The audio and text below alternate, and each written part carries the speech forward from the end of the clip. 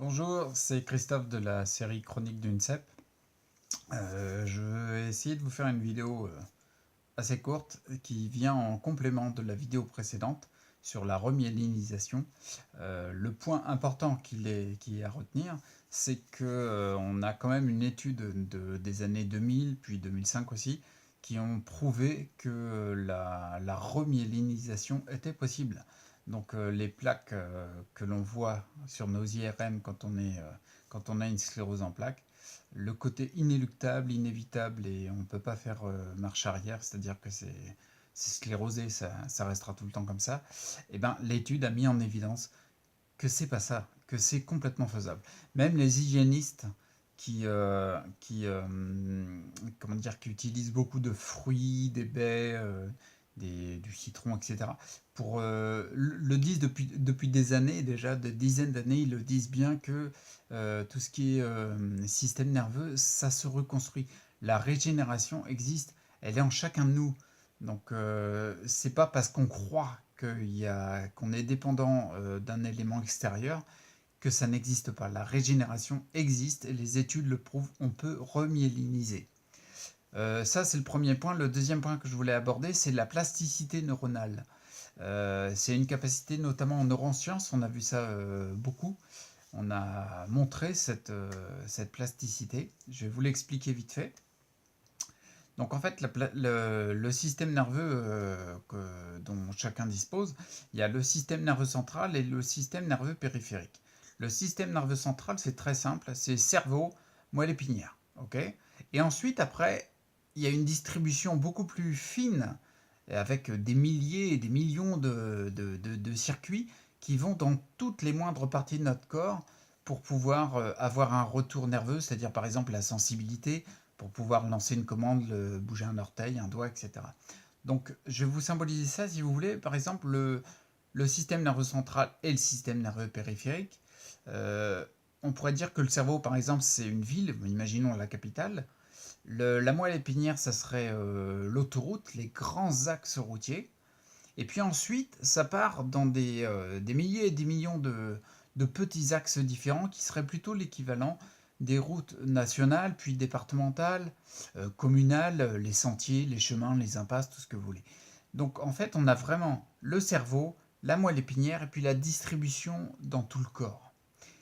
Et pour symboliser la plasticité, c'est la capacité à aller atteindre un objectif en prenant un chemin différent. Imaginons qu'on veuille bouger l'orteil et que pour une cause X ou Y, notre système nerveux la route qui est utilisée habituellement, elle est en travaux, elle est barrée, tout ce que vous voulez, vous pouvez plus. Vous pouvez plus bouger l'orteil. Vous pouvez plus aller à la destination que vous aviez choisie. Vous pouvez plus atteindre l'objectif que vous vouliez parce que le chemin classique n'est plus utilisable. Nous nous sommes rendus compte que la plasticité neuronale permettait d'atteindre le même objectif en utilisant une voie différente. C'est tout simplement ça. Sur une route, si vous arrivez sur une nationale, vous dites mince, il y a des travaux, c'est bouché, ou il y a une inondation, peu importe, vous allez prendre Google Maps sûrement, vous allez prendre une carte et vous allez prendre un autre chemin pour atteindre la même destination. La plasticité neuronale, c'est exactement la même chose. C'est la capacité de l'être humain, et sûrement les animaux, etc. C'est la capacité à atteindre le même objectif. Imaginons bouger un orteil, mais en utilisant une autre voie que celle qui est inutilisable, quoi. On a cette capacité. On peut, par exemple, imaginons, exemple, bouger l'orteil. On veut bouger l'orteil. On a un problème au niveau neuronal, au niveau des nerfs. On ne peut plus le bouger. C'est-à-dire que le chemin habituel n'est plus utilisable. En se concentrant, en mettant tout ce que vous voulez, du travail, de la volonté, tout ce que vous voulez, on s'est rendu compte qu'on a la possibilité de réutiliser un autre chemin pour atteindre le même objectif. Et on arrivera, même si la route principale, les nerfs principaux ne sont plus utilisables, on arrivera à bouger l'orteil quand même. C'est pas magnifique ça? Et c'est quelque chose qui a été prouvé des dizaines, des centaines de fois en neurosciences. Notamment, on peut l'utiliser recréer des nouvelles connexions au niveau du cerveau et pour pouvoir se créer des nouvelles habitudes et des nouvelles habitudes plus positives que celles qui sont délétères. On le voit avec la PNL notamment, mais ça on en parlera plus tard. Chose importante à retenir, la myéline qui s'est démyélinisée, elle est remyélinisable, je ne sais pas si ça se dit, mais on peut la remyéliniser, ça a été prouvé scientifiquement. Et les poussées des scléroses en plaques sont là pour gérer un stress qui permet de remyéliniser derrière. Donc c'est complètement faisable. Les plaques que vous voyez sous vos IRM, elles ne sont pas inéluctables.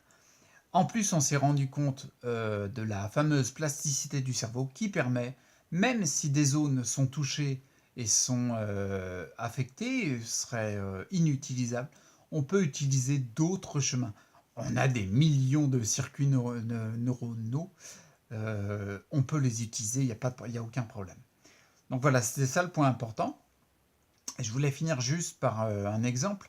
On a un exemple concret, quelqu'un qu'on connaît tous, on connaît tous plus ou moins Greg LeMond, qui était un champion du Tour de France, qui a gagné de nombreuses fois le Tour de France. Il était habitué à réaliser des exploits qui étaient classés dans le domaine de l'impossible par la majorité des personnes.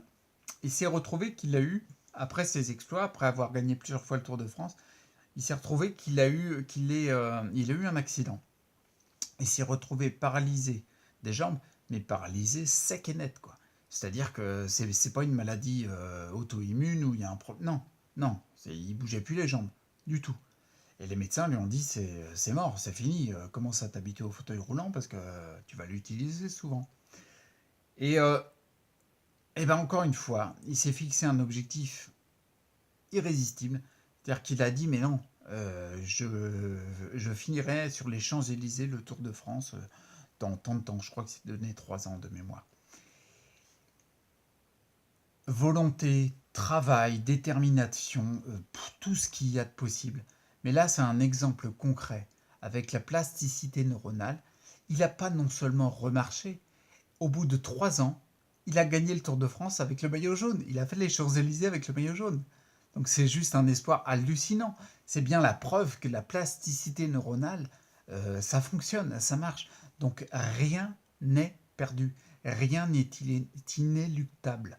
Donc s'il y a bien un élément à garder, c'est l'espoir que ça donne. Et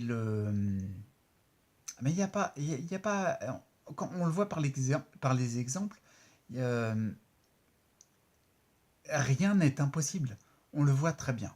Je vais arrêter là parce que je commence à fatiguer, je commence à balbutier. Donc voilà, bah écoutez, c'est simple. Si vous pensez que la vidéo peut être intéressante pour quelqu'un, n'hésitez pas à partager, n'hésitez pas à vous abonner, n'hésitez pas à faire tourner, à faire circuler l'information. Je pense que ça peut aider, ça peut être très intéressant d'avoir ces informations-là pour quelqu'un qui a une sclérose en plaques et qui pense que tout est fini. Non, c'est pas fini. Peu importe que ce soit une rémitante, une primaire progressive, il y a toujours quelque chose à faire. Donc on garde bien ça en tête et n'hésitez pas à partager et à faire circuler l'info. À bientôt, ciao.